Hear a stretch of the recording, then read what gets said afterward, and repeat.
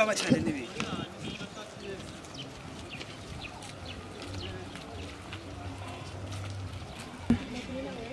Sheri uwo muntu ninde? je mbona kura Je ntabwo ndamuzi umuntu n'uwahera. Amina aho by'ukuri we ntabwo nzi. Je ntabwo ndakuzi. Nukuri sindakuzi. Amina ubu uremeje neza ko atahunze. Oya nukuri je sindakuzi. Iyo umenyumye bwari kintu bwari ndakintu. Sheri je umuntu nawe ndamuzi ngo twigire. Je nta na hamwe ndamuzi Sheri nukuri nta na hamwe.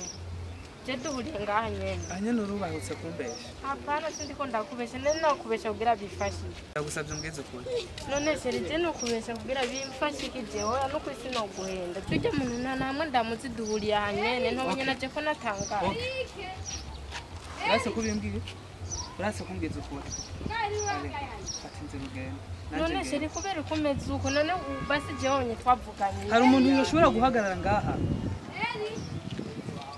akakubwira ayo majambo yose akubatse ukamwikawusha None kukubesha. nakamuzi neguce ndamubwira ntawe sawa ivyo tuvyihoze none yamenye izina ryawe gute utamuzi Ne Sheri ntuzi ko abantu bateranye usanga bamubwiye izina ryanje kugira gusaba. abantu baguteranye amumenye izina None je abantu ntuzi ko bateranya n'ukuri singuma ndabikubwira. sawa urase kumbwiza ukuri okay fata inzira yawe ugenda